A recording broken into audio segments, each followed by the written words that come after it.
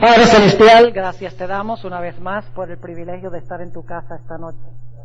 Y pedimos, Señor, que al estudiar esta maravillosa profecía de Daniel 7, que tu Santo Espíritu nos acompañe.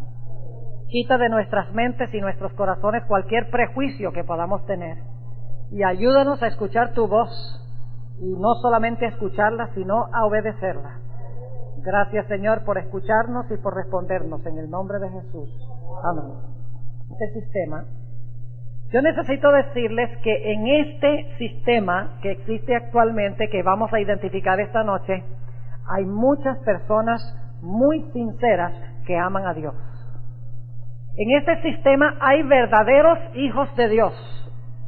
Así que lo que voy a decir esta noche no tiene que ver con los individuos que están en el sistema, sino que tiene que ver con el sistema o con esta organización en sí. Estamos hablando de la organización, no de las personas todas que pertenecen a la organización. Ahora alguien podría decir, ¿cómo podemos nosotros hablar en contra de una organización sin hablar en contra de todas las personas que están en la organización? Bueno, el punto es que en toda organización humana hay gente que es sincera, que está engañada y no sabe mejor. Déjenme darles dos ejemplos. ¿Cuántos de ustedes dirían que el sistema comunista de Europa Oriental y lo que antes fue la Unión Soviética era un sistema malvado y salvaje y perseguidor? ¿Cuántos dirían eso? Que era un sistema salvaje. ¿Verdad que sí? Mató a millones y millones de personas. Pero ¿cuántos de ustedes creen que en ese sistema o esa organización que se conoce como comunismo o marxismo hay muchos que en verdad eran verdaderos hijos de Dios, que no sabían mejor? Muchos. ¿Saben ustedes que evangelistas van a lo que era la Unión Soviética y se están bautizando millones de personas que pertenecieron a ese sistema, que ahora han visto la luz? Así que cuando hablamos contra el marxismo o contra el comunismo, no estamos hablando en contra de las personas todas que pertenecen al sistema del comunismo. Podríamos dar un ejemplo bíblico. Ustedes saben que según la Biblia, la nación judía crucificó a Jesús. ¿Dirían ustedes que eso fue un acto muy malvado, el acto de crucificar a Cristo? Y fue el mismo profeso pueblo de Dios. Fíjense, los que crucificaron a Jesús profesaban ser pueblo de Dios. Se decían ser el pueblo escogido. Ahora, obviamente, el sistema judío era un sistema apóstata, que se había extraviado de Dios. Pero yo pregunto, ¿todas las personas en ese sistema eran apóstatas? ¿Todas las personas en ese sistema eran malas? No. ¿O había muchas personas sinceras dentro del sistema o la organización del judaísmo? Había mucha gente sincera, verdaderos hijos de Dios. Podría mencionarle algunos líderes grandes. Por ejemplo, Nicodemo era un miembro de la clase que gobernaba sobre la nación judía. Era un miembro del Sanedrín, o la Corte Suprema. Otro que era miembro de la Corte Suprema se llamaba Saulo de Tarso, que llegó a ser el gran apóstol San Pablo. Otro que pertenecía a ese grupo se llamaba José de Arimatea, el que pidió el cuerpo de Cristo. Y dice en Hechos el capítulo 6 que muchos sacerdotes que habían pertenecido a ese sistema se unieron a la fe de Jesús. Y muchedumbres que habían pertenecido a ese sistema, que no sabían mejor, que habían estado engañados, salieron y se unieron al cristianismo, al verdadero pueblo de Dios. Ahora yo voy a decir algunas cosas esta noche y lo voy a comprobar con las profecías bíblicas que les va a sorprender a algunos. Posiblemente inclusive algunos que están aquí esta noche en este momento están dentro de ese sistema y les va a pegar duro. Pero quiero decirles que lo que vamos a hablar esta noche es la verdad y lo vamos a comprobar de la Biblia. Y yo espero que los que estén aquí tengan la valentía de hacer lo mismo que hicieron Saulo de Tarso, José de Arimatea, Nicodemo y muchos sacerdotes y miles de personas en salir del judaísmo. Yo espero que tengan la valentía de hacer lo mismo que hicieron muchos con el sistema comunista, que eran ateos y que hoy en día, al haber escuchado en cuanto a Cristo y en cuanto a la Biblia, se han unido al verdadero pueblo de Dios. Tenemos que ser honestos con nosotros mismos y con Dios y con la verdad de Dios. Y si Dios nos muestra algo que no conocíamos antes, si somos sinceros, vamos a escuchar la voz de Dios y vamos a aceptar. Ahora, antes de que podamos nosotros entender lo que vamos a estudiar esta noche, les quiero decir cuál metodología vamos a usar. Ustedes saben que cuando se comete un crimen, lo primero que hace la policía cuando llega al lugar donde se cometió el crimen es hacer ¿qué? Recoger evidencia, exactamente. Buscan huellas digitales, buscan huellas de zapatos, buscan señal de sangre, buscan si alguien dejó algún artículo de ropa, buscan si hay cabello, buscan todos los elementos de la evidencia y luego cuando han reunido toda la evidencia, ¿qué hacen? Buscan a la persona a quien le cabe la evidencia. Buscan al que cometió el crimen. Ahora, esta noche nosotros lo que vamos a hacer es lo que hacen en un juicio, en una investigación de un crimen. Vamos a reunir toda la evidencia bíblica en cuanto a quién es este cuerno pequeño, quién es esta bestia, quién es este hombre de pecado. Vamos a mirar todas las características, vamos a visitar el lugar donde se cometió el crimen, por así decirlo, y vamos a reunir todos los puntos de evidencia. Y no les voy a decir quién es este sistema, pero cuando tengamos toda la evidencia, ustedes van a poder conseguirlo en la historia sin que yo les diga quién es. Porque la evidencia es tan abrumadora, tan fuerte, tan clara, que no caben dudas. Aunque yo les diera la evidencia y no les dijera quién es este sistema, ya ustedes lo sabrían. Nada más por la evidencia que vamos a reunir. Pero claro, después que reunamos la evidencia, les voy a decir quién es este sistema, por si acaso alguien todavía no entiende quién es. Ahora vamos a repasar lo que estudiamos anoche. Vamos a poner la transparencia que teníamos anoche y vamos a repasar Daniel 2, que es el esqueleto de lo que vamos a construir esta noche. Ustedes saben que encima del esqueleto hay que poner ¿qué? Hay que poner carne, ¿verdad? Ahora le vamos a poner carne al esqueleto. Luego mañana le vamos a poner los órganos, etcétera, etcétera. Ahora, vamos a repasar lo que estudiamos anoche. Anoche hablamos de Daniel, el capítulo 2, donde se encuentra la gran estatua o la gran imagen de Nabucodonosor. La cabeza de oro, ¿qué reino representa? Babilonia. Babilonia gobernó desde el año 605 hasta el 539 a.C. Luego, el reino de plata, que le sigue al de oro. ¿Cuál reino es ese? Los medos y los persas. Empiezan a gobernar cuando cae Babilonia, 539 al 331 a.C. Luego, entonces, viene el tercer reino, el reino de bronce. ¿Qué reino es ese? Grecia, la Grecia de Alejandro Magno. Gobierna desde el año 331 hasta el año 168 a.C. Luego, entonces, se levanta el cuarto reino y conquista a Grecia, al reino de bronce. Ese reino es representado por hierro y es el imperio romano, que gobierna desde el año 168 a.C. hasta el año 476 después de Cristo. Y luego entonces tenemos los pies. ¿Hay hierro en los pies, sí o no? Claro que sí. ¿Continúa entonces Roma en los pies? Claro que sí. ¿Y cuántos dedos tienen los pies? 10. Es decir, Roma se va a dividir en ¿cuántos reinos? En 10 reinos. ¿Pero sigue siendo Roma? Claro que sí. Roma dividida. Y luego nos dimos cuenta que a esa Roma dividida se le iba a añadir otro elemento que no cuadra, que no cabe. ¿Qué elemento era ese? El barro. ¿Y qué representa el barro? Representa la iglesia. Es decir, se iba a levantar un sistema que iba a mezclar, a tratar de mezclar la iglesia con el Estado. Yo pregunto, ¿el hierro y el barro se deben mezclar? Eso es como mezclar aceite y agua. ¿Qué persona en su sano juicio mezcla aceite y agua? No mezclan. ¿El aceite es bueno? Sí. ¿El agua es buena? Sí, pero yo pregunto, ¿deben ir juntos? No. ¿El hierro es bueno? ¿El barro es bueno? ¿Dónde surge el problema? Cuando se junta lo que Dios no quiere que se junte. ¿Creen ustedes que la iglesia y el Estado deben ir separados? ¿O debe la iglesia meterse en los asuntos de la política? ¿Y la política meterse en los asuntos de la religión? No. Sin embargo, dice que aquí los hombres iban a tratar de mezclar a la iglesia con el Estado cuando se establecieran esos 10 reinos.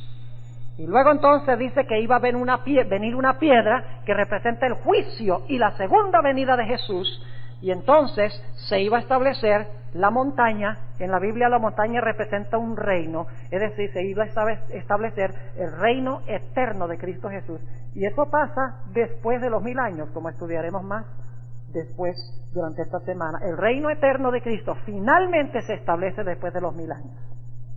Ahora, ¿está clara la secuencia? Clarita, ¿verdad?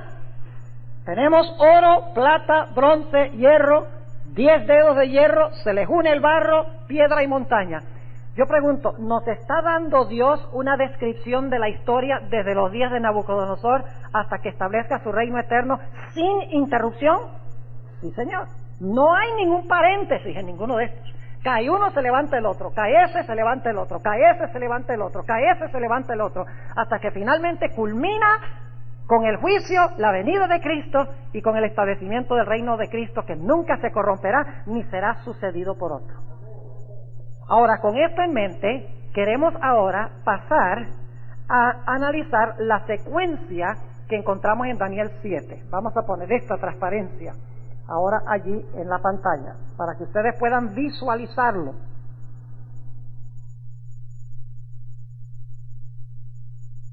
Ahora vamos a añadir una columna que no teníamos anoche. La primera columna es Daniel 2, ¿cierto? Lo que acabamos de repasar. Ahora, Daniel 7, escuchen bien, es paralelo a Daniel 2.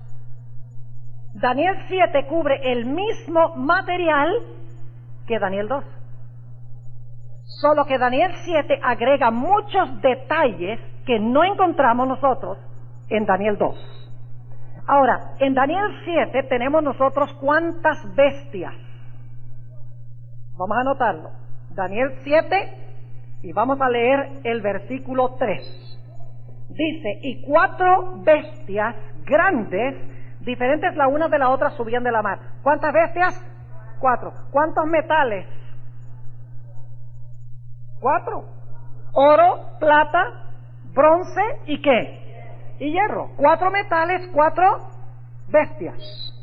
Ahora, quiero que noten otro punto muy importante. Hay 4 bestias. Entonces yo pregunto, ¿qué representaría el león?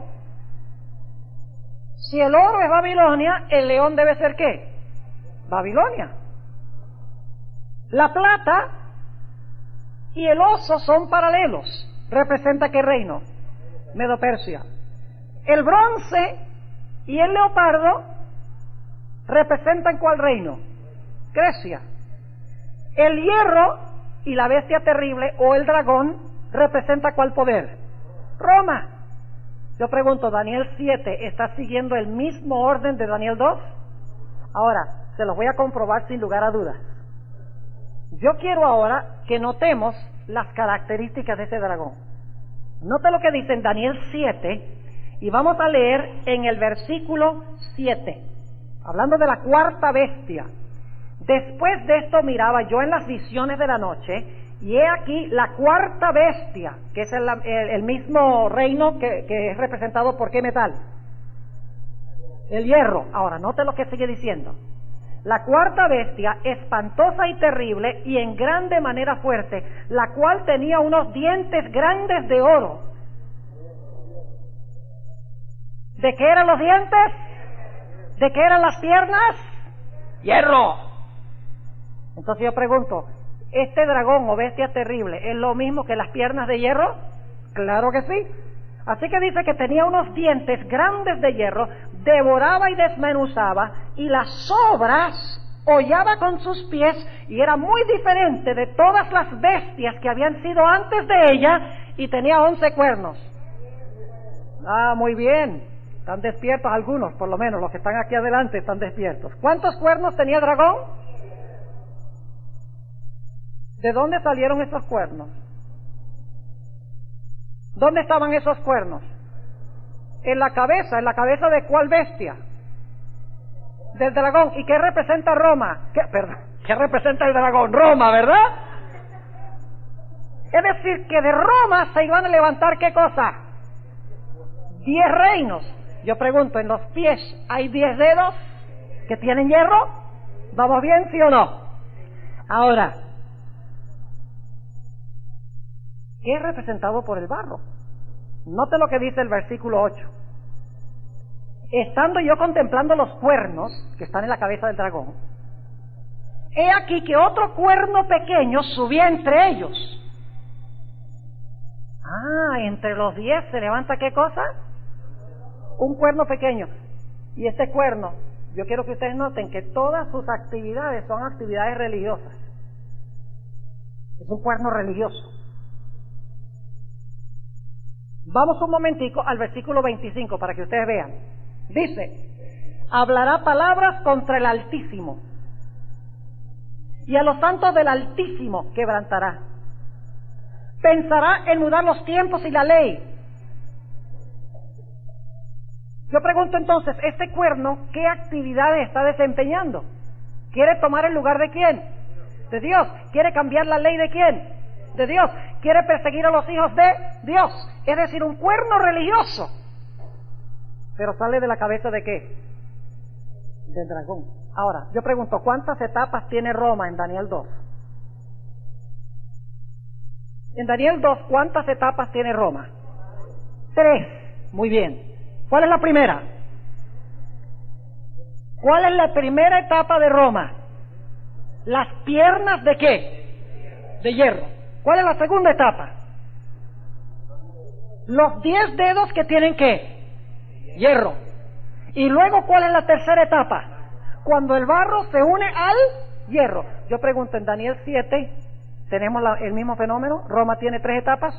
Vayan conmigo a Daniel el capítulo 7 y vamos a analizar el versículo 23 y 24. Piense con cuidado, porque yo quiero que ustedes noten algo, que cuando este dragón se levanta a gobernar, no tiene los 10 cuernos. Cuando primero empieza a gobernar esta cuarta bestia, el dragón, no tiene los 10 cuernos. Al igual que en Daniel el capítulo 2, las piernas de hierro no tienen divisiones. Las divisiones vienen ¿cuándo? Después. De la misma manera, primero gobierna el dragón, Roma, y después le salen los 10 y después sale el chiquito. 3 etapas claras, secuenciales, una después de otra. Ahora, note lo que dice, claramente en Daniel 7 lo indica. Dice en el versículo 23, dijo así, la cuarta bestia, ese es el dragón, ¿verdad? La cuarta bestia será un cuarto reino en la tierra, el cual será más grande que todos los otros reinos, y a toda la tierra devorará y la hollará y la despedazará. Y ahora escuchen el versículo 24. Y los 10 cuernos significan que de aquel reino se levantarán 10 reyes. ¿Lo captaron? De aquel reino se levantarán 10. Pregunto entonces, ¿primero existe el reino y luego se levantan los 10? ¿Qué les parece? Claro que sí. Dice, de aquel reino se levantan 10. No se pueden levantar 10 al menos que esté el reino primero. Ahora noten, dice, de aquel reino, versículo 24, se levantarán 10 reyes, y noten, y tras ellos se levantará ¿qué? Otro, el cual será mayor que los primeros, y a 3 reyes derribará. Entonces yo pregunto, ¿qué es paralelo en Daniel 7 a lo que tenemos en Daniel 2?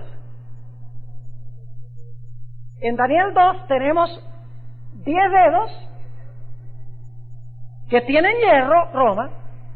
En Daniel 7 tenemos un dragón, Roma, que tiene 10 cuernos, divisiones de Roma. Ahora, ¿qué representaría el barro de Daniel 2? ¿Qué es el equivalente en Daniel 7 del barro en Daniel 2? Sí, pero ¿qué símbolo? El barro de Daniel 2 es lo mismo que ¿qué en Daniel 7? Lo mismo que el cuerno pequeño. ¿Está claro? Y luego quiero que noten qué sucede. Daniel 7. ¿Recuerdan que en Daniel 2 vino una roca y golpeó la imagen y se estableció el reino eterno de Cristo? Ahora noten, después que gobierna el cuerno pequeño, ¿qué es lo que hace Cristo? Daniel 7 y el versículo 8. Y estando yo contemplando los cuernos, he aquí que otro cuerno pequeño subía entre ellos, y delante de él fueron arrancados 3 reinos de los cuernos de los primeros. He aquí en este cuerno había ojos como ojos de hombre, y una boca que hablaba grandezas. Estuve mirando hasta que fueron puestas sillas, algunas versiones dicen tronos, Y un anciano de grande edad se sentó. ¿Quién es el anciano de grande edad?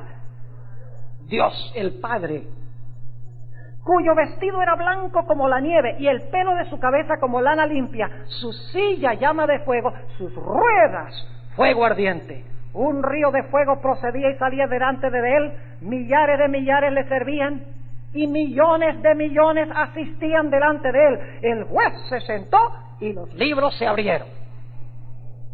¿Qué viene después del dominio del cuerno pequeño? El juicio.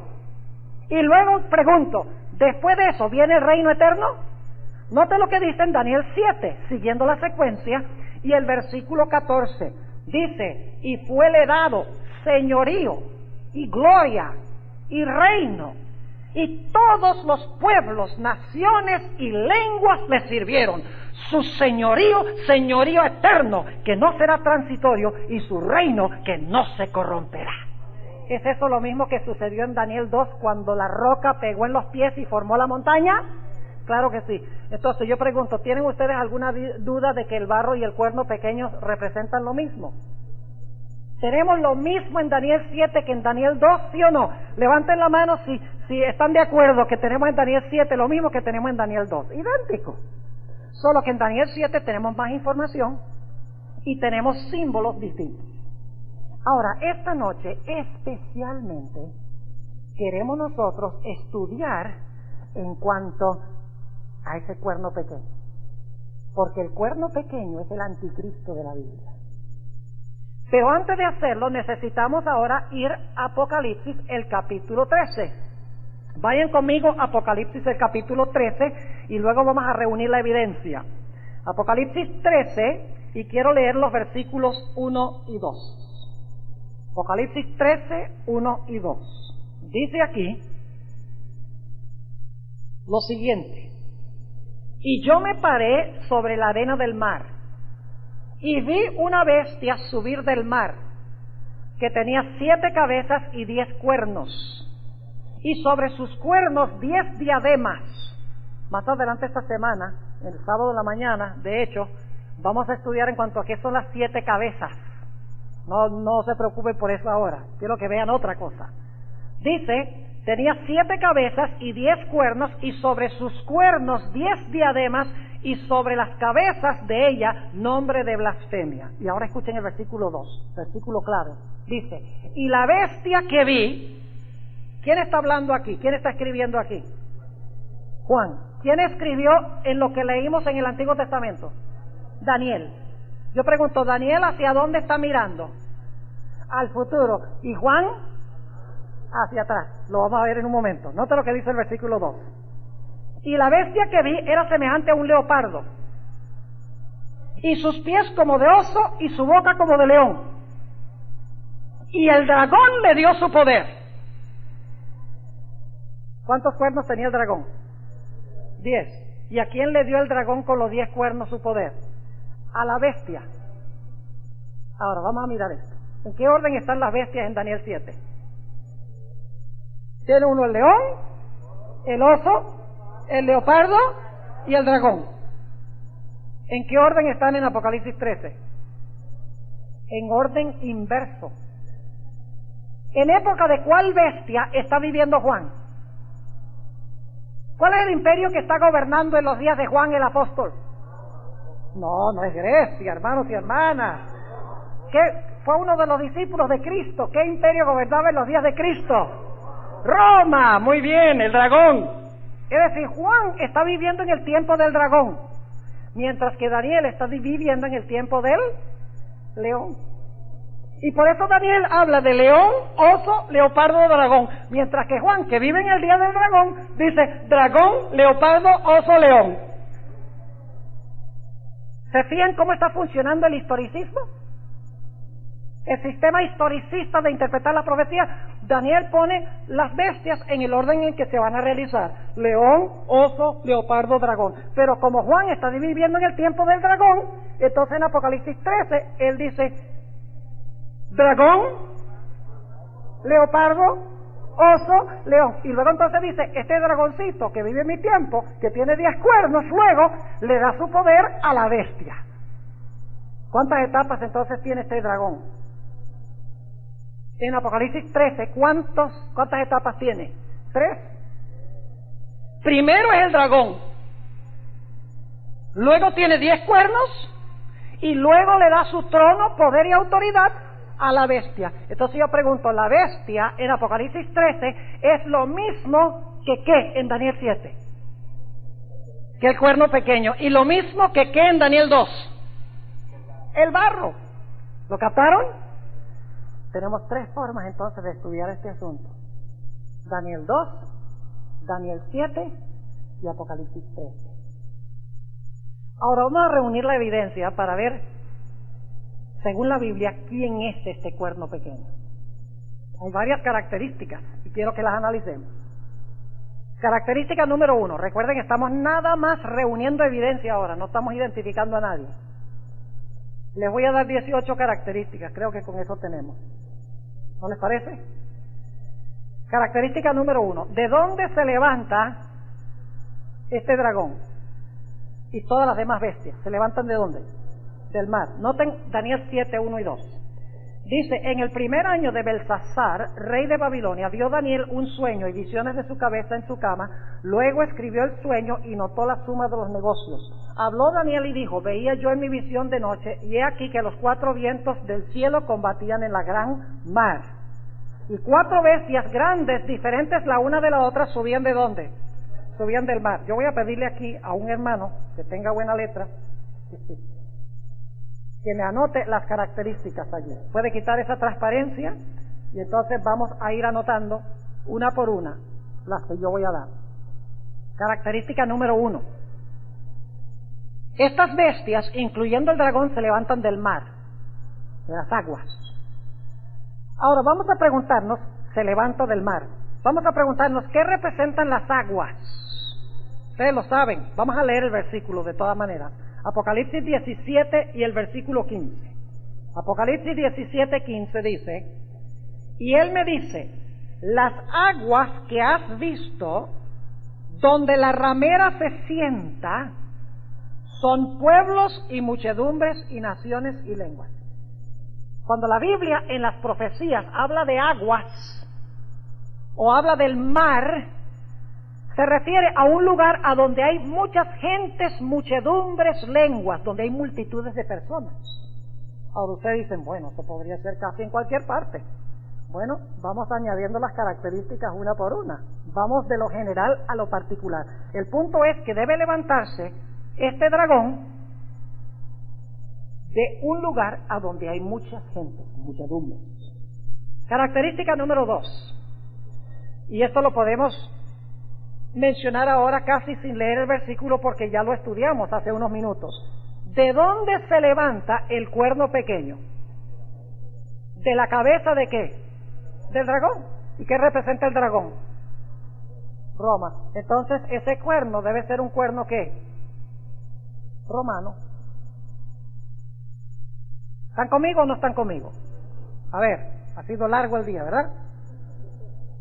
El cuerno pequeño se levanta de la cabeza del dragón, ¿sí o no? ¿Qué representa el dragón? Roma. Entonces, si el cuerno pequeño se levanta del dragón, que es Roma, el cuerno pequeño debe ser romano. ¿Dónde vamos nosotros entonces a buscar al anticristo? En Irak. Saddam Hussein es mala gente, él podría ser. El problema es que no cuadra, porque la cuarta bestia es Roma y el cuerno pequeño tiene que levantarse de Roma. Así que, en segundo lugar, se levanta del dragón, vamos a poner. Se levanta del dragón, y el dragón es Roma. Pones entre paréntesis allí Roma. Mire qué linda letra tiene este hermano. Oiga, menos mal que yo lo tengo a él haciendo esto, porque si yo lo escribía nadie lo entendía. Ok, ¿estamos bien? Característica número 2. Vamos a la característica número 3. Se levanta después que los 10 cuernos están completos. Vamos a leerlo. Daniel 7 y el versículo 24. Otra vez. Daniel 7, 24 dice, y los 10 cuernos significan que de aquel reino se levantarán 10 reyes. Es decir, de Roma se van a levantar ¿qué cosa? 10 reyes o reinos. Y entonces noten lo que dice. Dice, y tras ellos, ¿qué significa eso? Tras ellos. Después de ellos se levantará ¿qué? otro que es el cuerno pequeño. Ahora, no tenemos el cuadro allí, pero ustedes recuerdan en qué fecha estaban completos los 10 reinos. ¿Recuerdan cuándo? En el año 476 después de Cristo, según los historiadores, estaban completos los 10 reinos. Ahora escuchen, eso significa que este cuerno pequeño tiene que levantarse después de qué fecha.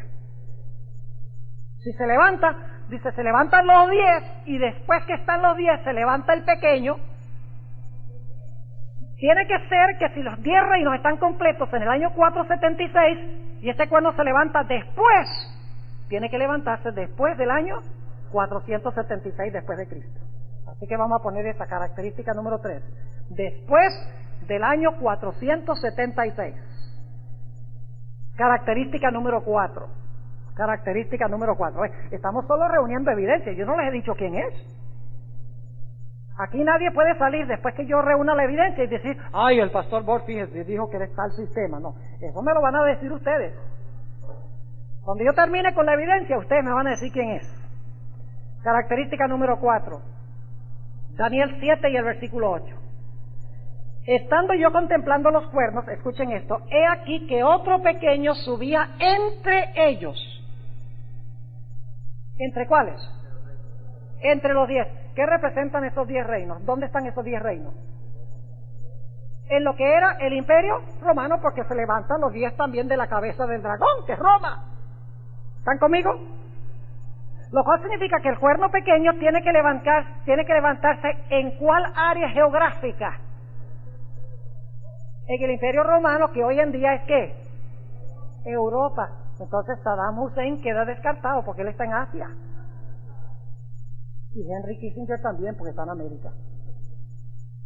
Queda descartado el Ayatollah Khomeini, pues ese también está por allá en Asia. El anticristo tiene que levantarse en Europa. Pues claro que si es romano tiene que levantarse en Europa, porque Roma queda en Europa. ¿Vamos bien? Característica número 5. Daniel 7 y el versículo 25 primero, y luego vamos a Apocalipsis. Daniel 7 y el versículo 25. Y hablará palabras contra el Altísimo, y a los santos del Altísimo quebrantará, y pensará en mudar los tiempos y la ley, y entregados serán en su mano hasta tiempo y tiempos y el medio de un tiempo. ¿Cuánto tiempo va a gobernar este cuerno pequeño después de levantarse? 3 tiempos y medio. Y alguno dice, pero pastor, ¿qué es eso de tiempos y la mitad de un tiempo? Bueno, tiempos, la mitad de un tiempo son 3 tiempos y medio. ¿Pero qué son 3 tiempos y medio? Bueno, en la Biblia a menudo se usa la palabra tiempos para referirse a años. ¿Recuerdan cuando Nabucodonosor se enloqueció en Daniel 4? Dice, 7 tiempos pasarán sobre ti. ¿Significaba 7 qué? 7 años. Ahora escuchen lo que les voy a hablar. En las profecías, cuando la Biblia habla de un día, ese día es simbólico, representa un año en las profecías. Porque todo lo que tenemos aquí son símbolos. No estamos hablando de tiempo literal, tiempos, 3 años y medio literales. No, es tiempo simbólico. La misma forma de expresarlo es simbólico. Yo les pregunto, si fuera a hacer un viaje a Puerto Rico por 3 años y medio, ¿creen ustedes que yo diría, bueno, nos vemos en tiempos y la mitad de un tiempo? O mejor todavía, vamos a ver que este periodo de tiempo se expresa en dos otras formas. También se le llama 1260 días. En un momento les voy a explicar eso.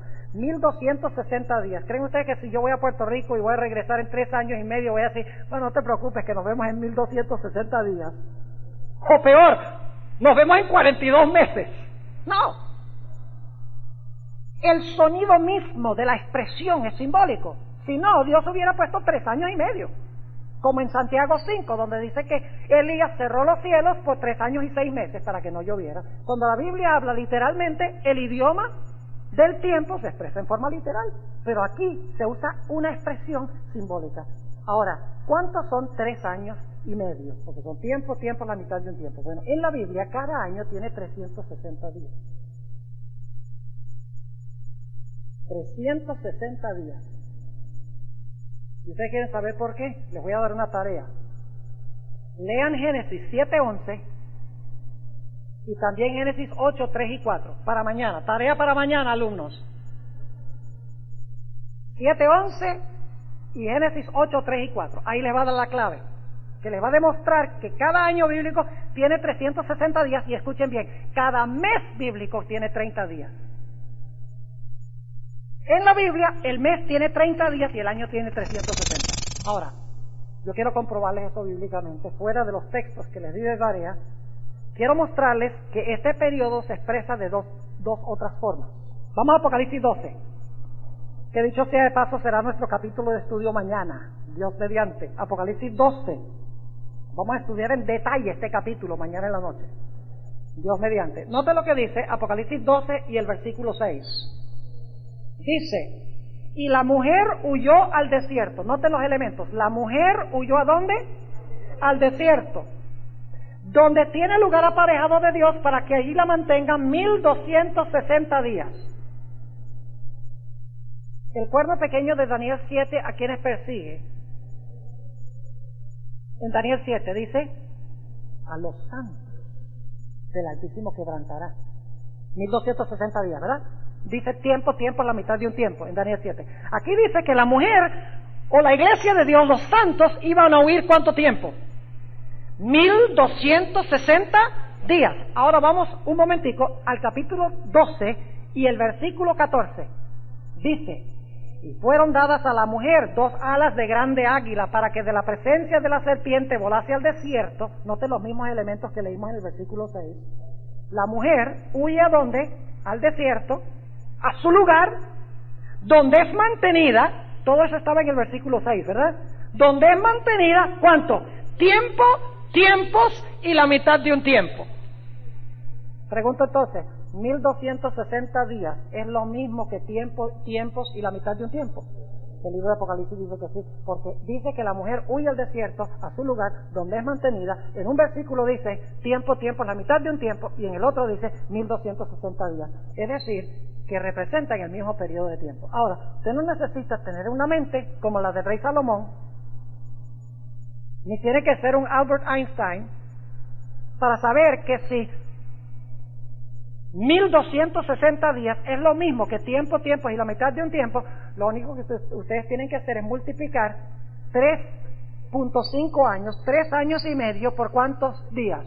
Por 360 que tiene cada uno de esos años. ¿Y cuánto les da si ustedes multiplican 3.5 por 360 días que tiene cada uno de esos años? ¿Cuánto le da?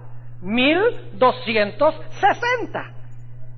Pero Dios nos dio una tercera forma de comprobarlo. Noten Apocalipsis 13 y el versículo 5. Hablando de la bestia. ¿La bestia es lo mismo que el cuerno pequeño, sí o no? Ya lo vimos, ¿verdad? En la secuencia. Ahora, noten lo que dice en cuanto a esta bestia. Dice: y le fue dada boca que hablaba grandes cosas y blasfemias, y le fue dada potencia de obrar 42 meses. ¿Saben lo único que tienen que hacer? Multiplican 42 meses por 30 días cada mes. ¿Y cuánto les da? 1260 días. Pero cada día representa ¿cuánto? Un año. Entonces yo pregunto, ¿por cuánto tiempo iba a gobernar este cuerno pequeño romano en Europa después del año 476? Por 1260 años. Tiene que ser un poder que iba a existir y gobernar muchísimo tiempo. Y solo hay un poder que cuadra con esa descripción. Vamos a ver. Volvamos otra vez a Daniel 7. Reina por 1260 años. Ahora noten otro punto. Vamos a Daniel 7:8. Otra vez, Daniel 7:8. Dice: estando yo contemplando los cuernos, he aquí que otro cuerno pequeño subía entre ellos, y delante de él fueron arrancados, ¿qué cosa? 3 cuernos de los primeros. Es decir, que cuando este cuerno pequeño se levantara entre los 10, ¿qué iba a hacer con 3 de los 10? Los iba a arrancar. Y en Daniel 7 dice que los iba a arrancar de raíz. ¿Qué pasa cuando usted arranca algo de raíz? Significa que queda completamente eliminado, tachado de la historia. Es decir, de esos 10 reinos iban a desaparecer de la historia 3, y el cuerno pequeño iba a ser culpable de hacerlo. Debemos buscar entonces un poder que arranca 3 de los 10 reinos. ¿Vamos bien? ¿Les parece que vamos bien? Ok. Ahora, otra característica. Daniel 7 y el versículo 25. Vamos a leer el 21 primero. Daniel 7, 21, y luego entonces el versículo 25. Dice: y veía yo que este cuerno hacía guerra contra los santos y los vencía. Versículo 25. Y hablará palabras contra el Altísimo. ¿Qué iba a hacer el cuerno? Hablar palabras contra el Altísimo. Nos preguntamos, bueno, palabras contra el Altísimo, ¿qué clase de palabras? Bueno, en Apocalipsis 13 explica qué clase de palabras. Vayan conmigo nuevamente a Apocalipsis 13, mantengan su dedo allí en Apocalipsis 13, porque vamos a estar yendo entre Daniel 7 y Apocalipsis 13 mucho. Dice allí 13:5, y le fue dada boca, lo mismo que el cuerno pequeño, ¿sí o no?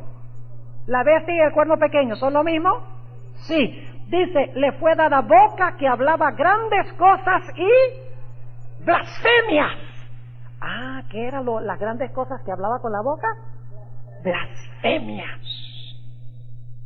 Debemos buscar un poder que habló blasfemias contra Dios. Ahora, ¿qué es blasfemia?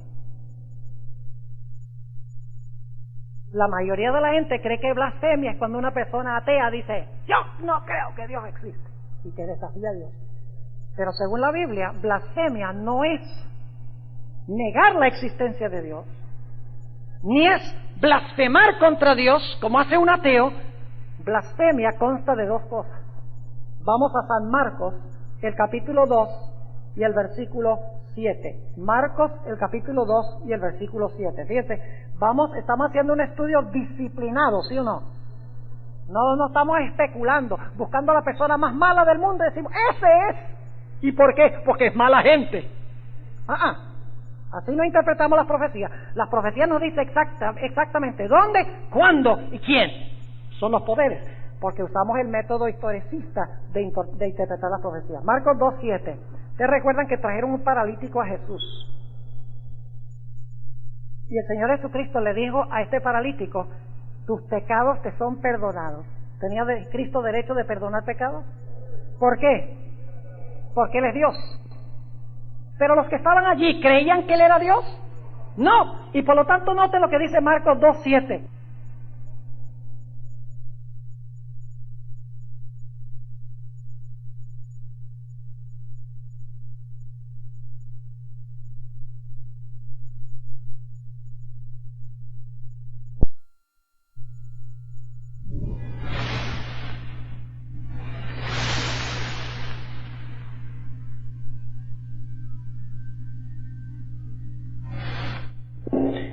Y decía, ¿por qué habla este así?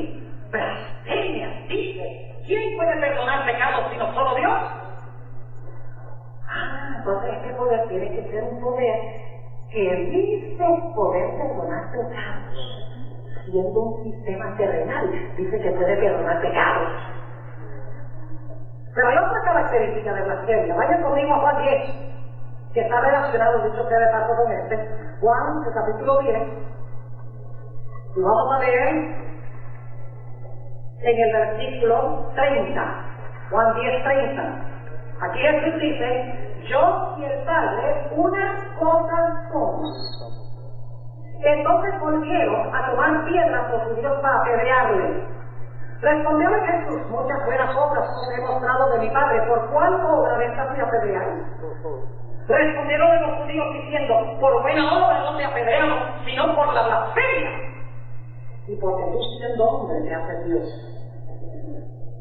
Blasfemia es cuando un hombre en la tierra dice que es Dios. Y cuando dice que como es Dios, tiene derecho a perdonar pecados. Es más, Daniel 7 dice que el pueblo pequeño piensa que pueda cambiar la ley de Dios. ¿Quién sería el único que pudiera cambiar la ley si quisiera? Dios. Así que si el pueblo pequeño dice cambiar la ley, es porque cree que es que Dios. Porque cree que tiene el poder de Dios. Tenemos que buscar entonces un sistema que habla blasfemas o que profesa que es Dios en la tierra y profesa que su sistema puede perdonar pecados. ¿Cuántos de ustedes, de los que están aquí, creen que saben qué poder es este ya? Por lo que hemos estudiado. Sí, pero todavía está, hay mucho más todavía. No vas a dejar que la Biblia nos dé todas las características. Recuerden, la gente de este sistema no es gente mala. ¿Sabes lo que creo yo? Yo creo que la mayoría del pueblo de Dios está allí. La mayoría de los verdaderos hijos de Dios están en ese sistema ahora. Y por eso en Apocalipsis 18 Dios nos llama y dice, salgan de allí pueblo mío. Salgan de allá. Antes de que caigan las plagas sobre ese sistema. Yo no quiero que ustedes sufran las plagas.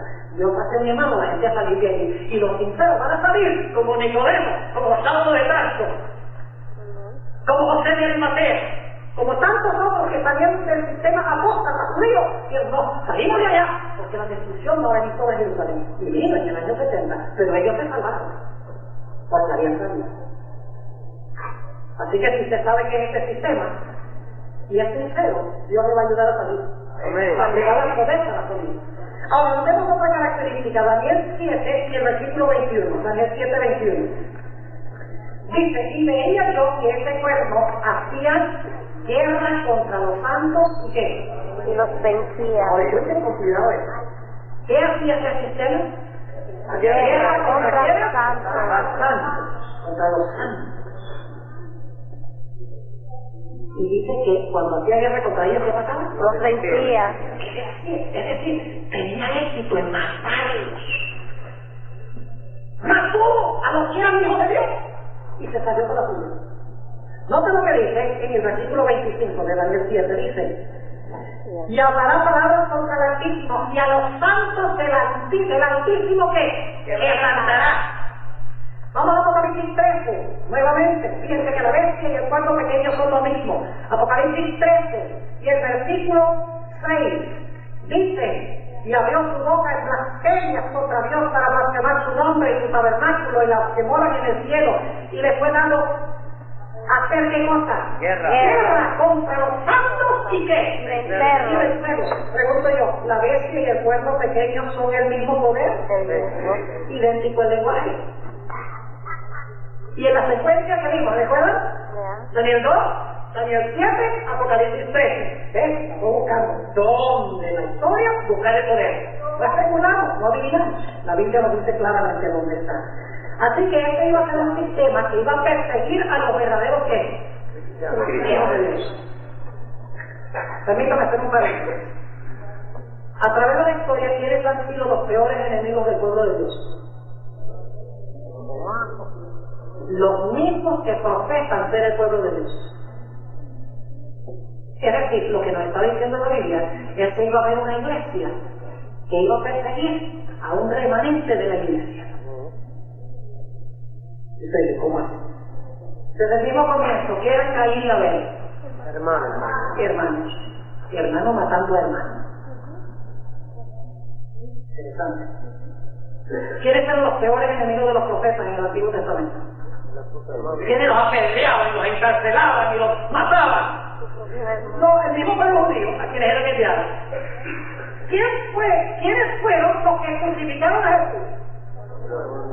El mismo pueblo de Jesús. ¿Y quiénes creen ustedes que van a ser los peores enemigos del pueblo de Dios durante este periodo? La misma iglesia. ¿Y quiénes van a ser los peores enemigos del pueblo de Dios en el futuro? El mismo cristianismo va a perseguir a los cristianos, fieles cristianos. Y ha sido así desde el comienzo de la historia. Ahora, todavía tenemos otras características, vamos a tener que andar un poquito más rápido aquí. Ok, ¿está claro? Característica número 10. Ahora, característica número 10. Y a mí se me perdió uno por ahí. 7, 8, guerra contra los santos, está bien, no importa, seguimos. Este va a ser un poder político y también ¿qué? Religioso. Vamos a poner esa característica número 10. Va a unir la iglesia y el Estado. Es decir, va a ser un sistema religioso, pero que al mismo tiempo va a usar el poder político, los poderes políticos del mundo para lograr sus propósitos. ¿Cómo sabemos eso? Bueno, porque en Daniel 2 tenemos una mezcla de ¿qué? Una mezcla de hierro y de barro. Además de eso, en Apocalipsis 13:2 dice que el dragón, que es Roma, el cuarto reino, las piernas de hierro, el dragón le dio a la bestia su ¿qué? Su trono, su poder y su autoridad. Es decir, el Estado le dio a la iglesia su ¿qué? Su autoridad. Es decir, el Estado le da su poder a la iglesia. Y hay una unión de iglesia y Estado. Y una profecía que vamos a estudiar más adelante esta semana, el sábado de la mañana, Apocalipsis 17, habla de esto mismo, pero con otro símbolo. Habla de una mujer. ¿Qué representa una mujer en la Biblia? La iglesia. La iglesia. Y si es una mujer pura, ¿qué clase de iglesia? Pura. Y si es una mujer prostituta, es una iglesia que estuvo con Cristo y se prostituyó. ¿Correcto? Ahora, dice que esta ramera de Apocalipsis 17 fornica con los reyes de la tierra. Es decir, la iglesia está usando ¿qué? El poder político. Es una iglesia y un Estado. No es como la iglesia adventista. La iglesia adventista es una iglesia. La iglesia adventista no tiene presidente, ni tiene embajadores, ¿no? Es un sistema político religioso. Esa es la característica de la iglesia. Siguiente característica, Daniel 7:25. Dice, y hablará palabras contra el Altísimo, y a los santos del Altísimo quebrantará, y pensará. ¿Qué significa eso, pensará? Pretenderá cambiar los tiempos. Pretenderá, creerá. Pensará qué cosa. Cambiar los tiempos. En cambiar los tiempos y la ley. Debemos entonces buscar un poder romano en Europa, después del año 466, que gobierna 1260 años, que dice que su representante es Dios en la tierra y que dice que puede perdonar pecados y que durante la Edad Media persiguió a los hijos de Dios. Y que este poder dice que tuvo la autoridad de cambiar la ley de Dios.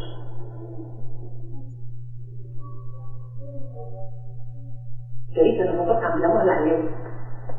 No sé que no dice eliminar la ley. No dice pensará deshacerse de la ley. Dice pensará cambiar. Importante. Ahora quiero que note también que dice aquí. Tengo que pasar por esto rapidito, porque cómo hacerle no buena del rápido. Es el mayor enemigo que uno tiene, ¿verdad? Que tiene un pastor, que es reloj. Pero note que no solamente dice que pensará cambiar la ley, sino que dice que pensará cambiar los tiempos. Ahora, ¿qué significa esta palabra los tiempos? ¿Sabe lo que significa los tiempos?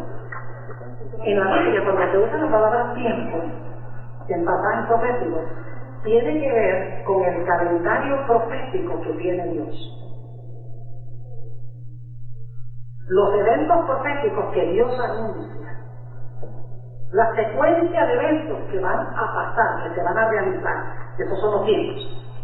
Por ejemplo, en Hechos del capítulo 1, los discípulos le dicen a Jesús, Señor, ¿restaurarás tú a Israel el reino en este tiempo?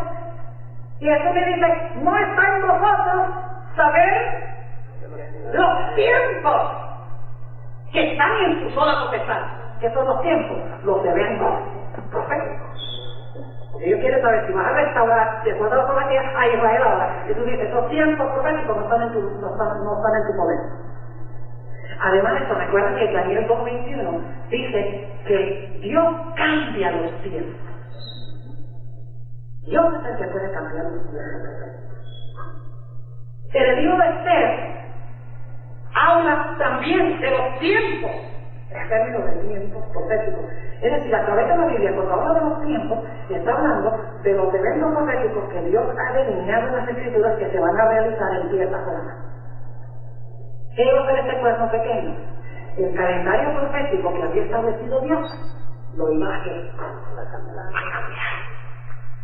Para que la gente estuviera buscando el cumplimiento de las profecías en otra parte mientras que se estaba cumpliendo aquí. Iba a cambiar el significado de las profecías. Yo pregunto, ¿hacia dónde están mirando todas las personas hoy en día para el cumplimiento de las profecías? Mira, No años, sino lugar. Cuando se escribe libros en cuanto a profecía, ¿dónde mira todo el mundo? A Israel. A Israel ahí se va a realizar la batalla de Armagedón, se va a reconstruir el templo, van a venir los árabes, los chinos y los rusos contra Israel. Y todo el mundo está mirando a Israel para cumplir la profecía. Mi Biblia me dice que las profecías se van a cumplir en Europa. En Roma. Más adelante esta semana vamos a estudiar que se van a cumplir aquí mismo en los Estados Unidos. Cuando estudiamos la segunda ley de Apocalipsis 13. Pero ¿qué ha sucedido? A través de un sistema de falsa interpretación profética, ese mismo sistema ha cambiado los tiempos proféticos de Dios. Así que tendrá a cambiar los tiempos y la ley. Vamos a poner una o dos características más. Este poder iba a tener un número muy especial. ¿Qué número iba a tener?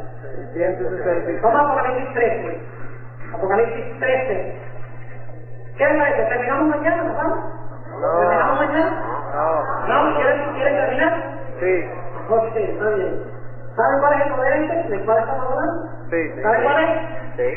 ¿Hay suficiente evidencia para hallar los culpables en un tribunal? Dios no va a hallar culpables, según Daniel 7, el versículo 9, dice: el juez 70 años, los libros se abrieron.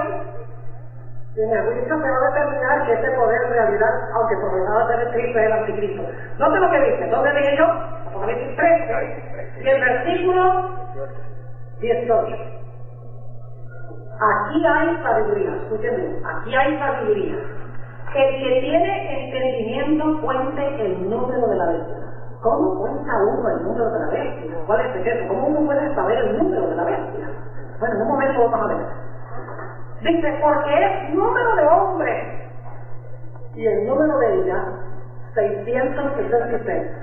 Ahora dice que hay que contar el número de la bestia, pero ¿cómo uno averigua el número de la bestia? La clave está en el versículo 17. Note lo que dice el versículo 17. Y que ninguno pudiese comprar o vender sino que tuviera la señal o el nombre de la bestia que ahora existe, o el número de su nombre. ¿Qué es lo que tiene el número? ¿Qué tiene la bestia que tiene el número? Su nombre. Y usted dice, bueno, ¿cómo uno consigue el número de un nombre? En la Biblia, los nombres tenían valor numérico. Cada letra tenía un valor numérico. Y contaban lo que equivalía a cada letra, y entonces sabían cuánto valor numérico tenía el nombre. Es decir, debemos buscar un poder romano que tiene un nombre y que el valor de las letras de su nombre era ¿cuánto? 666. Ahora, ¿en qué idioma creen ustedes que debemos buscar? ¿Y por qué? Romano. Ajá, muy bien. Hay que buscar un nombre que sea en latín. ¿Por qué? Porque estamos hablando de un poder romano. Es decir, tenemos que usar números romanos. Ahora escuchen algo tremendo que les voy a mencionar. Y dicho sea de paso, Apocalipsis 13:1 dice que tiene que ser un nombre de blasfemia. Es un nombre donde el nombre indica que está individuo de Dios. O tiene poder en Dios. Porque es un nombre de blasfemia. Ahora, aquí está lo interesante. Los poetas latinos que establecieron el sistema numérico romano, que se conoce como los números romanos, escogieron 6 letras para escribir los números romanos. Ahora, hoy en día tenemos 7, la M. Pero la M no existía en los tiempos cuando se estableció el sistema numérico latino. que la M se añadió en el año 1200 de la era cristiana, mientras que los números romanos van antes de Cristo.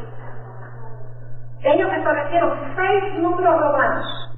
La I, la B, la X, la L, la C y la D. Si ustedes suman los 6 números romanos, el total es 666. ¿Dónde entonces debe uno buscar a este poder? ¿Dónde? En Roma. ¿Y qué sistema numérico tiene uno que usar? El sistema romano. Debemos buscar un nombre que tiene el líder de este sistema, y el valor numérico de ese nombre debe dar 666. Ok, volvamos otra vez a Daniel 7 aquí. Siguiente característica. ¿Cuántas llevamos hasta ahora? Ya puede quitarlo, gracias hermano. Siguiente característica. ¿Cuántas llevamos? 12. Bueno, vamos a Apocalipsis, otra vez Apocalipsis 13, más bien, Apocalipsis 13, rapidito. Apocalipsis 13 y el versículo 3. Algo iba a pasar con esta bestia. Dice en el versículo 3, y vi una de sus cabezas como ¿qué? Como herida de muerte, y la llaga de su muerte fue curada. Ahí tenemos dos características. Primero, este poder iba a recibir una ¿qué? Una herida de muerte. Ahora, aquí viene mi pregunta. ¿Cuándo iba a recibir la bestia la herida de muerte? ¿Cuánto tiempo iba a gobernar este poder? 1260 años. ¿Cuándo iba a recibir la herida mortal? Tenía que ser cuando terminaron los 1260 años, porque si no, hubiera seguido gobernando. ¿Están conmigo? La herida de muerte tenía que recibirla cuando terminara su dominio, 1260 años. Y entonces cuando recibiera la herida mortal, that was it, suficiente. Se murió y más nunca resucitó. ¿Cierto? Desapareció de la historia. Dice que iba a haber un periodo a donde ese poder iba a estar moribundo. Pero la llaga de su muerte se iba a ¿qué? Esa es la siguiente característica. La herida de muerte se iba a sanar y se iba a maravillar todo el mundo en pos de la bestia. Ahora yo pregunto, ¿la herida mortal ya se cumplió? ¿Se ha sanado completamente la herida todavía? No, todavía no. Porque para que la herida esté sanada, este poder tiene que poder usar los gobiernos civiles para perseguir, como lo hizo en la Edad Media. Y ahorita mismo ese poder no lo tiene, porque en 1798 lo perdió. Así que tenemos que la herida mortal será sanada. Vamos a 3 o 4 otras rapidito. Siguiente característica. Vamos a 2 de Tesalonicenses 2, aunque vamos a estudiar este pasaje más adelante. Esta semana vamos a dedicar un tema completo a esto. Quiero allí mencionarles 2 o 3 características. 2 de Tesalonicenses 2, el hombre de pecado. 2 de Tesalonicenses 2, y vamos a ver el versículo 3. Dice: no os engañe nadie en ninguna manera, porque no vendrá, es decir, no vendrá Cristo, según el contexto, sin que venga antes la apostasía. ¿Qué es una apostasía? ¿Quién es una apóstata? Yo pregunto, ¿usted puede apostatar si no perteneció? Decimos, ese apostató de la iglesia. No puede apostatar si no perteneció a la iglesia. ¿De acuerdo? Entonces, cuando dice la apostasía, significa que este movimiento al principio estaba con Dios y luego ¿qué? Se extravió. Sin que venga antes la apostasía y se manifieste el hombre de pecado, el hijo de perdición. Estudiaremos el viernes en la noche que esa expresión, hijo de perdición, se usa solamente para una otra persona en la Biblia, Judas Iscariote. ¿Era Judas uno de los discípulos? ¿Profesaba ser leal a Cristo? ¿Engañó a todo el mundo? ¿Hasta el último momento? Entregó a Cristo con un beso. Es decir, que este anticristo no es uno que se levanta de afuera para atacar. uno que se levanta de adentro. Note lo que dice, versículo 4, y oponiéndose y levantándose contra todo lo que se llama Dios o que se adora, tanto que se asienta en el templo de Dios como Dios, haciéndose parecer Dios. ¿Dónde se sienta? En el templo de Dios. ¿Cuál es el templo de Dios? Mucha gente hoy en día dice, el templo de Dios es el que se va a edificar allá en Jerusalén.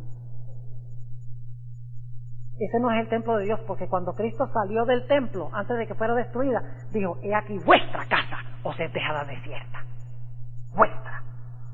Cuando entró en la entrada triunfal, dice que entró en el templo de Dios, dice, y dijo, mi casa.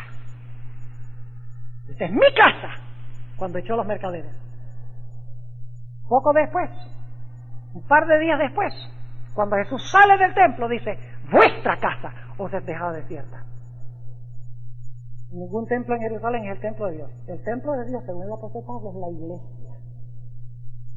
¿No sabéis que vosotros sois templo de Dios? Y la Shekinah en el Antiguo Testamento gloriosa, hoy es el Espíritu Santo, y que el Espíritu de Dios mora en vosotros. El Espíritu Santo mora en la iglesia. ¿Qué significa eso? Que el anticristo se va a levantar ¿dónde? En la iglesia. Se sienta en el templo de Dios. Un par de características más. Y estas las voy a mencionar nada más. En Apocalipsis 17 se le llama la madre. ¿Se le llama la qué? Oh, una ramera, es decir, que le ha jugado sucio a Jesús. Y se le llama la madre. Y como una mujer representa a la iglesia, sería la madre iglesia. ¿Cuántos de ustedes conocen una madre que no tenga hijos?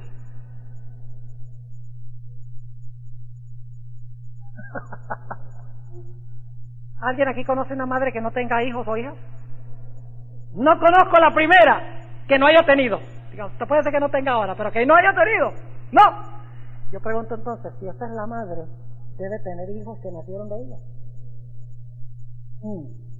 Debe haber otras iglesias que nacieron de ella, que comparten sus mismas doctrinas y enseñanzas. Sí, porque se llama la madre y la madre tiene hijos.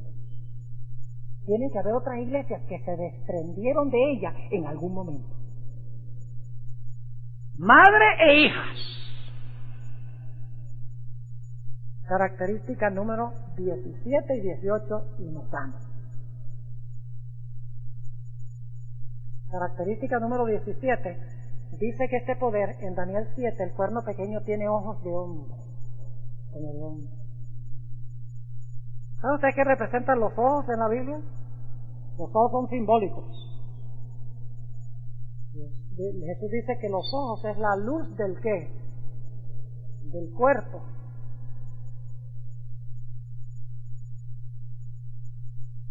La luz representa sabiduría. Hoy en día, cuando hay una graduación, ¿qué animal se encuentra muy a menudo enfrente de la tarjeta de graduación? Un búho. ¿Y por qué un búho? Porque el búho tiene unos ojos bien grandotes y el que se está graduando es tan sabio como un búho. Los ojos representan sabiduría, pero noten que estos ojos son ojos de hombre. Es decir, depende no sobre sabiduría divina, sino sobre la sabiduría humana. Sobre la tradición y no sobre la palabra de Dios. Característica número 18. 17 es, depende sobre la tradición humana. Enseña muchas cosas que no están en la Biblia, que son puras tradiciones humanas. Y característica número 18, en Apocalipsis 17, dice que le da vino a las naciones. Y en la Biblia el vino representan falsas doctrinas que emborrachan a la gente. Por eso la gente viene a escuchar un tema como este. Y están tan borrachos con el vino de Babilonia. O no entienden o no aceptan. ¿Cuántos de ustedes alguna vez han tratado de darle un estudio bíblico a un borracho? Es una tarea perdida. Primero, hay que estar seguro de que se ponga sobrio, para luego hablar con él. Lo mismo con los que están en Babilonia. Hay que desintoxicarlos de los errores de Babilonia para entonces darles algo que valga la pena beber. Ahora déjenme preguntarles, ¿cuántos de ustedes creen que tenemos suficiente evidencia para determinar qué poder es este? ¿Cuántos de ustedes creen que saben cuál poder es este? ¿Quién me quiere decir cuál poder es? A ver, ¿quién quiere levantar la mano y decirme bien duro? Hermana, con la camisa roja. Roma papal, dice ella. ¿Cuántos están de acuerdo que es Roma papal? Yo no dije, ella dijo. Si van a linchar a ella, a alguien, a ella. Pues yo no les he dicho qué poder es. Vamos a repasar las características rápidamente. Tenía varias citas y referencias históricas y cosas que quería compartir con ustedes, pero el tiempo se fue. Pregunto, ¿el papado se levantó a donde estaba el centro de la civilización? De esa época donde había muchedumbres de personas. Claro que sí. ¿El papado es un poder romano? ¿Cómo se llama esa iglesia? ¿Católica, apostólica qué? ¿A dónde tiene su sede? ¿Cuál es su idioma? ¿Cuál es el nombre del líder máximo? Se llama Sumo Pontífice. ¿Saben que esa es la idéntica expresión que usaban los emperadores romanos? Pontifex Maximus, que significa el supremo constructor de puentes, porque se creía que el sacerdote era el puente entre Dios y el hombre. Su santidad, le besan los pies, lo llaman padre, aunque Jesús dijo, no llames a nadie tu padre en la tierra, porque uno es tu padre, el Dios que está en el cielo. Yo pregunto entonces, ¿el papado es un sistema romano? ¿Se levantó el papado después del año 476? ¿Cómo no? Ojalá yo tuviera tiempo de relatarles la historia de cómo pasó eso. Habían las 10 tribus, estaban completas en el 476. Pero habían 3 tribus que eran rebeldes contra la autoridad de la Iglesia de Roma. Y el Papa le dijo, en ese tiempo se llamaba el obispo de Roma, luego se conoció como Papa o Padre, Santo Padre. No le gustaba que habían 3 reinos de esos 10 que estaban opuestos a la doctrina de la Iglesia, particularmente la doctrina de que Cristo es eterno Dios. Estas tribus eran testigos de Jehová. No eran testigos de Jehová, eran arrianos. Creían como los testigos de Jehová de que Jesús no es eterno Dios, que Jesús fue la primera criatura de Dios. Nosotros creemos que Jesús es eterno Dios, que nunca tuvo un comienzo. Pero enseñaban eso y la iglesia no le gustaba. Entonces la iglesia le dijo al emperador, y estoy acortando la historia, le dijo, mira, estas 3 tribus son rebeldes. Los érulos, los vándalos y los ostrogobos se llamaban. La iglesia habló con el emperador mandó un ejército, arrancó a los érulos, año 493. Luego mandó sus ejércitos, año 534, arrancó a los vándalos. Y escuchen bien, en febrero del año 538, sacó de Roma y arrancó a los ostrogodos. 3 reinos, de los 10 arrancados. Y hoy en día no hay ninguna nación en Europa que descienda de esos 3 reinos. Fueron desarraigados de raíz. Pueden leerlo en libros de historia eclesiástica. ¿Se levantó el papado después del año 476? ¿Se levanta en Europa? ¿Reinó por 1260 años? Oh, sí. Durante todo lo que se conoce como la Edad Media, las edades oscuras, dominó la política y la religión de Europa. Pueden leerlo en libros de historia eclesiástica y secular. Arrancó el papado 3 de esos 10 reinos, lo acabamos de describir. ¿Cómo no? El papado profesa que el Papa es Dios en la tierra.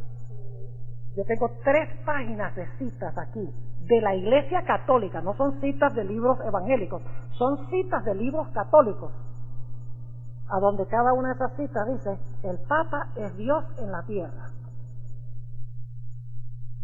La Iglesia Católica profesa tener poder para perdonar pecados. ¿A dónde va el católico para que le perdonen los pecados? No va directo a Dios. ¿A quién va? A un sacerdote humano.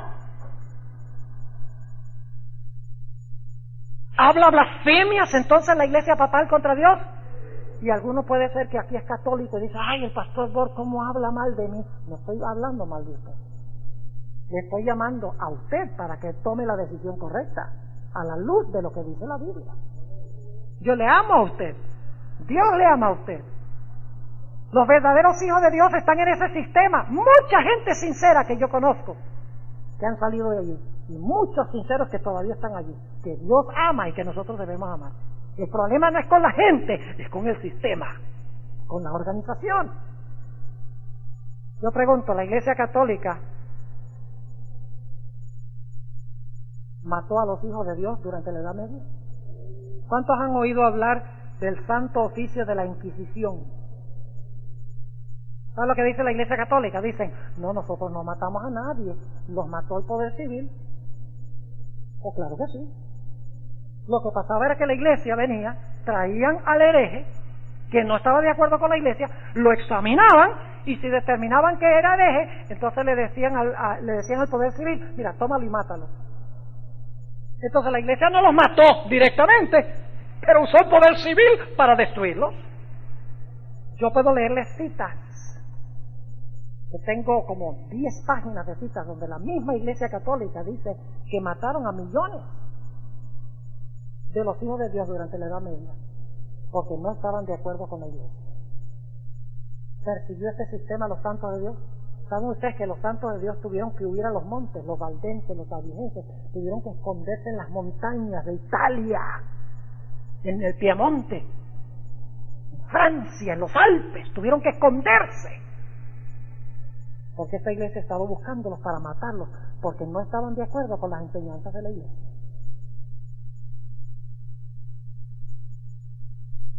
Tiene el líder de esta organización un nombre cuyo valor numérico es 666 en latín.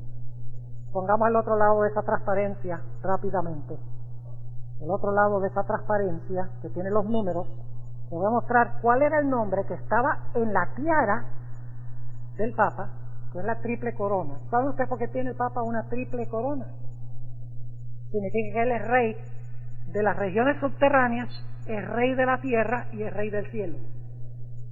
La misma Iglesia Católica lo dice. Yo puedo leerles citas, que no hay tiempo esta noche de leerlas.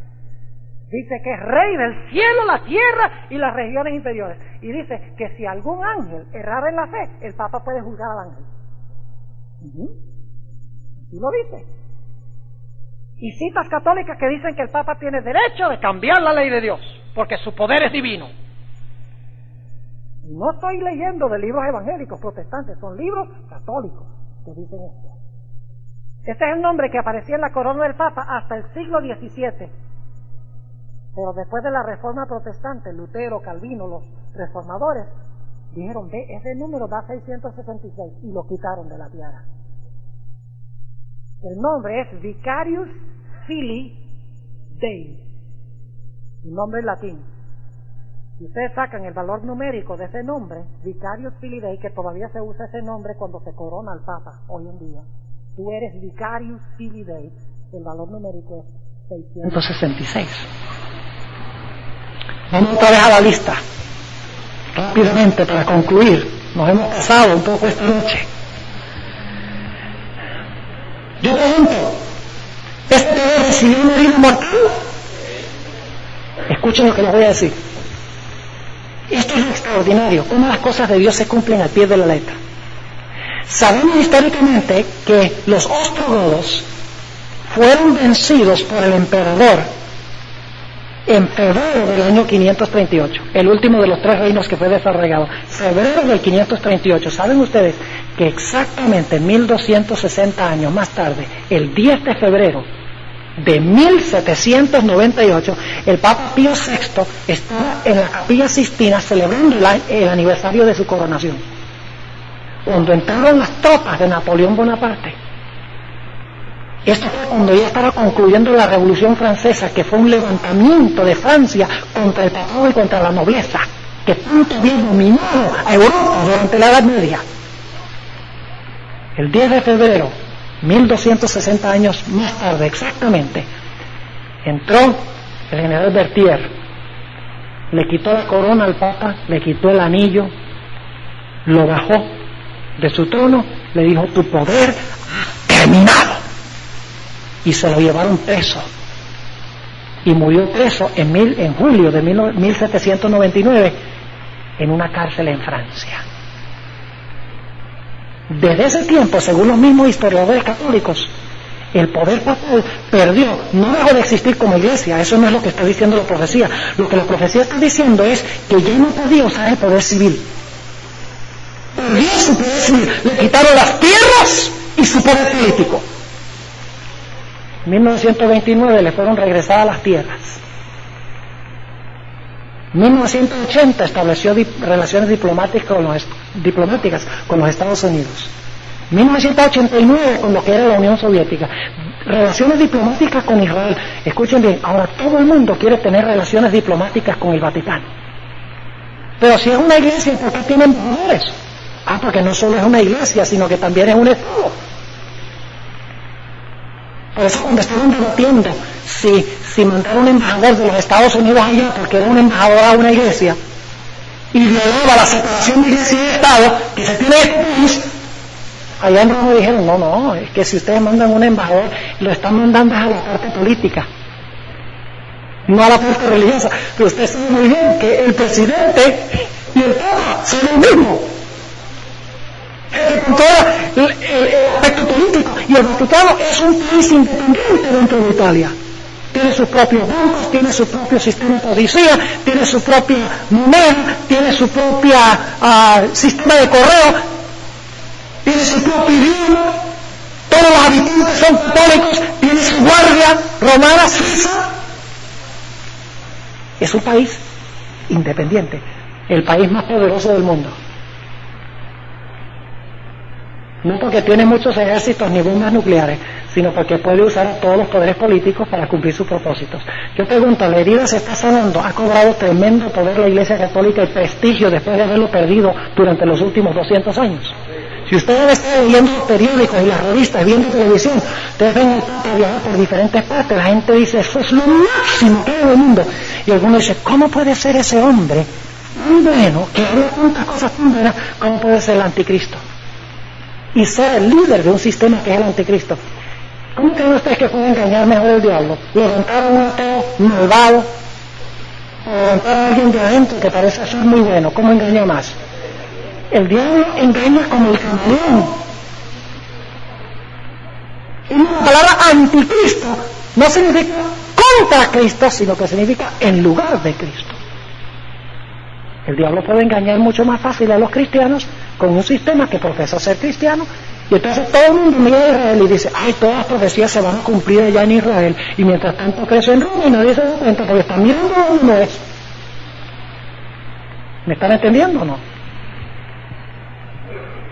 ¿Se levantó el papado dentro de la iglesia? ¿Y la iglesia madre? ¿Se le llama una iglesia? Hay hijos que nacieron de ella. ¿Cómo se llaman? Las iglesias protestantes. ¿Qué día guardan las iglesias protestantes? Bueno, ¿y de dónde viene el domingo? Pues hablamos de pensar de cambiar los tiempos y la ley. Busquen ustedes en un catecismo católico. Yo busqué una vez en una librería en Albuquerque, en Nuevo México, 50 catecismos diferentes. ¿Y saben lo que descubrí? Cuando hablo de los 10 mandamientos, el segundo mandamiento desapareció. Usted no lo encuentra en el catecismo, el segundo, en ningún catecismo católico, ni siquiera en el catecismo de la Iglesia Católica, que es el más reciente, uno grueso, de 1000 páginas. Usted busca los 10 mandamientos y va a encontrar que el segundo mandamiento, que dice no te harás imagen, desapareció, no está, lo sacaron. ¿Por qué? Porque la Iglesia Católica está llena de imágenes. ¿Cómo van a dejar ese ahí? Cuando vayan al catecismo, los niños dicen: pero bueno, entonces, ¿por qué tenemos todas las imágenes en la iglesia? Y segundo, escuchen bien, van a encontrar en el catecismo que dice que la iglesia cambió el día de reposo del sábado al domingo. ¿Qué día guardan los católicos y los protestantes? La mayoría, el domingo. ¿Qué día dice la Biblia que debemos guardar? Séptimo día, que es sábado de Jehová tu Dios. ¿Dios cambió el sábado? ¿Quién lo cambió? La iglesia. Y por eso los hijos, las iglesias protestantes, siguieron guardando el domingo, siguieron creyendo que el hombre no se muere cuando se muere, que el alma es inmortal, siguieron enseñando que el infierno arde por los siglos de los siglos. Muchas de ellas siguieron bautizando niños, aunque la Biblia dice que todos se bautizaron adultos. Jesús se bautizó a los 30 años y se bautizó sumergido, según la Biblia. Pero esta iglesia y muchos protestantes bautizan por aspersión y bautizan bebés, a pesar de que violentamente va en contra de la Biblia. Esta iglesia practica el celibato y dice que cualquiera que dice que el matrimonio es mejor que el celibato sea anatema, mientras que en la Biblia dice que Dios estableció el matrimonio. Si dejaran que sus sacerdotes se casaran, habría mucho menos problemas con abuso, porque están yendo contra la naturaleza, contra el plan de Dios. Pregunta, ¿este sistema depende de la tradición de los hombres? Claro, el domingo, el infierno eterno, la idea de orarle a los santos, el purgatorio, aspersión, la misa, las procesiones, rosario, ideas, nada de eso está en la Biblia. Todas son tradiciones humanas. Pregunto, ¿esta iglesia le da vino a las naciones? ¿Falsas doctrinas? Claro que sí. Yo pregunto entonces, ¿está claro qué sistema está representado? ¿Sí o no? Claro que sí. Ahora, ¿qué dice Dios a los que están dentro de este sistema? Dice, salid de ella, pueblo mío, para que no seáis partícipes de sus pecados y para que no recibáis sus plagas.